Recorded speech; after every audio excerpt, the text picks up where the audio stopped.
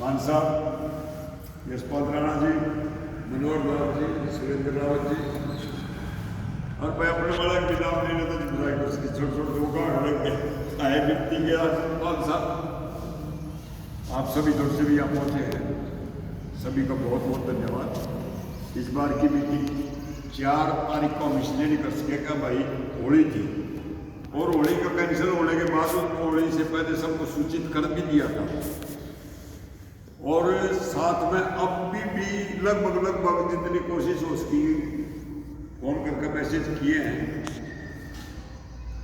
लेकिन पता नहीं क्या वजह रही जाएगी कि आज कुछ व्यस्तता है या कुछ काम ज़्यादा है या क्या है। चलो जो भी पहुँचे उन सबका धन्यवाद है। जो कुरुक्षेत्र के अंदर में राष्ट्रीय सम्मेलन जो है उसके बारे में अपने जिलाध्यक्ष जी बताएंगे और 1-2 कार्य और भी हैं जिनके बारे में अपना ये जो है उनकी सूचित करेंगे। मैं तो जो है ना थोड़ी बहुत जो है ना जो जान अभी एक तो गवर्नमेंट जो है ना जो LTC मिलती है ना भाई 1 महीने की तनख्वाह मिलती है, बेसिक पे प्लस टी, कोई अलाउंसेज नहीं मिलता इसके अंदर, तो इसको बंद कर रहे हैं। वही पैसा मिलेगा जो आप एक्चुअल किसी सफर में वहाँ जाओगे देखोगे, जो आप वहाँ खर्च कर पाओगे वही आपको पैसा मिलेगा।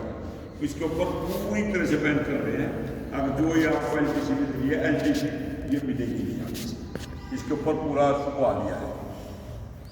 दूसरी चीज आपको जो मेडिकल जो मिल रहा है 1000 रुपये, अब 1000 रुपये तो हमें मिलता है, लेकिन अगर किसी का कोई बीमार हो गया, किसी को कोई सर्जरी करनी पड़ गई या कोई और ऐसी बड़ी बीमारी हो तो उसके पैसे भी जो है क्लेम हो सकते थे। तो अब गवर्नमेंट उसको भी क्लेम को खत्म कर रही है और ये 1000 रुपये मिल रही है मेडिकल की, ये भी आपने खत्म करने जा रहे हैं।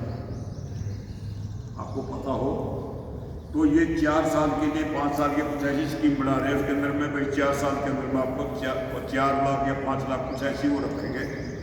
अब आपको उससे ज़्यादा पैसा नहीं मिलेगा। अगर आपको बीमारी के अंदर में ज़्यादा लग गया तो आप अपने बदले से कर सकते हो।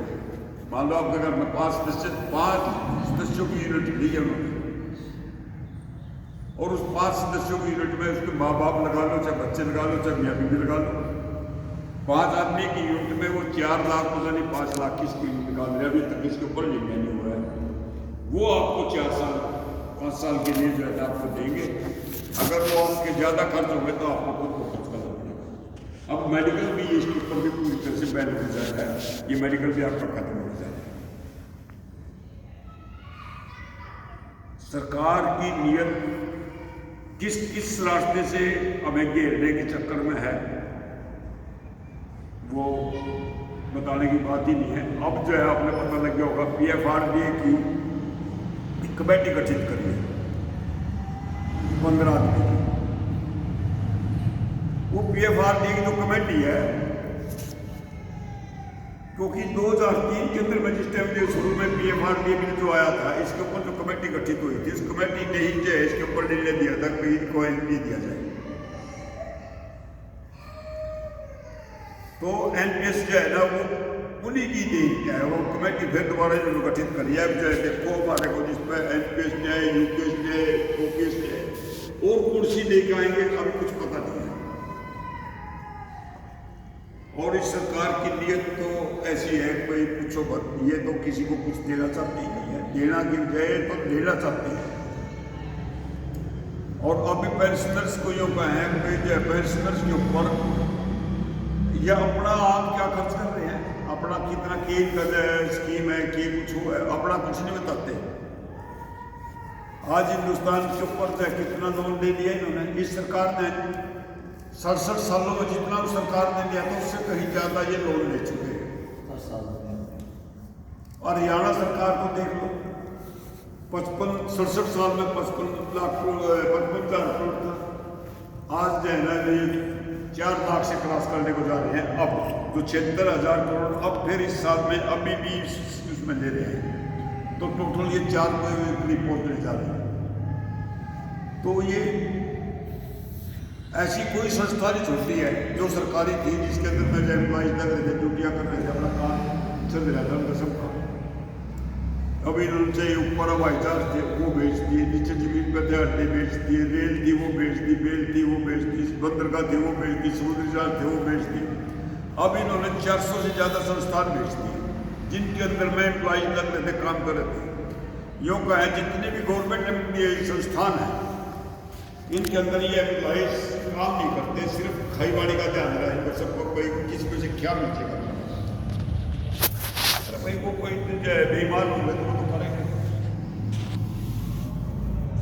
अब इस सरकार का ऐसा रवैया होता जा रहा है, अपने आप को इस तरह ईमानदार बनना, जितने भी उड़ान है, जितने भी एम्प्लॉयज है वो सारे बेईमान दिखेंगे, वो तो सब बेईमान दिखेंगे। एक आदमी बेईमान विश्वास नहीं रहा। एम्प्लॉयज की संख्या ये घटाती जा रही है। आपने पता होगा अपने सबका कितनी संख्या थी अपनी के अंदर में इस टाइम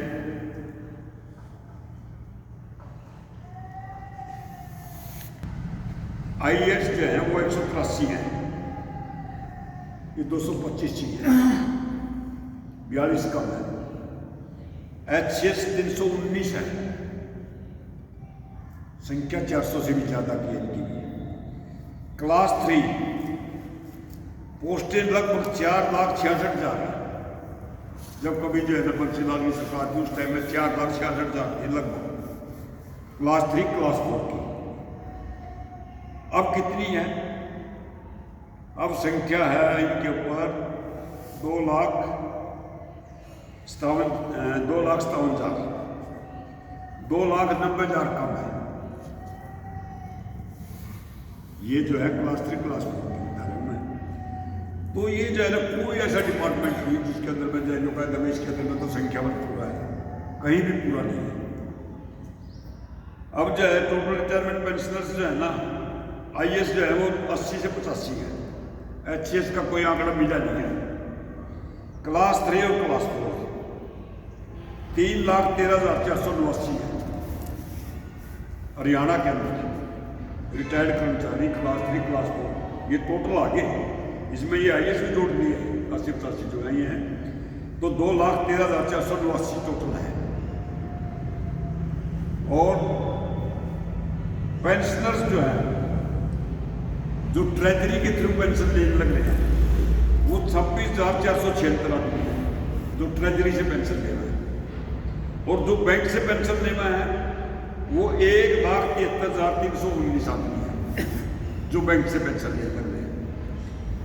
जो लेजिस्लेचर मतलब असेंबली जो बनी हुई है अपनी विधानसभा, यहाँ तो खरगोश विधान परिषद नहीं है, विधानसभा के अंदर में जो भी आदमी एम्प्लॉयज वहाँ के काम कर रहे हैं वो 289 है। और भाई जो दूसरे और किसी डिपार्टमेंटों से है, कोई पुलिस ये जिसमें कोऑपरेटिव वगैरह के है, लैंड मॉर्गेज के हैं, कोई और उनके हैं, वो 13,405 है। और वैसे जो हरियाणा के अंदर में जो सरकार पेंशन देने लग रही है, ओल्ड एज के जो है वो 19 लाख है, विधवा 8 लाख है, दिव्यांग 2 लाख है, सभी टोटल कर्मचारी 2,13,489 है। ये तो इस सरकार की स्थिति है। अब भाई 2,90,000 आदमियों को पोस्टें खाली पड़ी है। अब करनाल के अंदर में जो छोटा महकमा हमारे पटवारियों का 153 ऑथराइज है कुल 49, जिन आदमियों को 3 गांव मिल रहे थे उनको जो है ना 7-7 गांव हो गए। किसी भी डिपार्टमेंट में आप जो कहते हैं काम नहीं करते, अरे काम क्या करें, संख्या में तो पूरा है नहीं। जहाँ तक 14 आदमी चाहिए वहाँ 6 बजे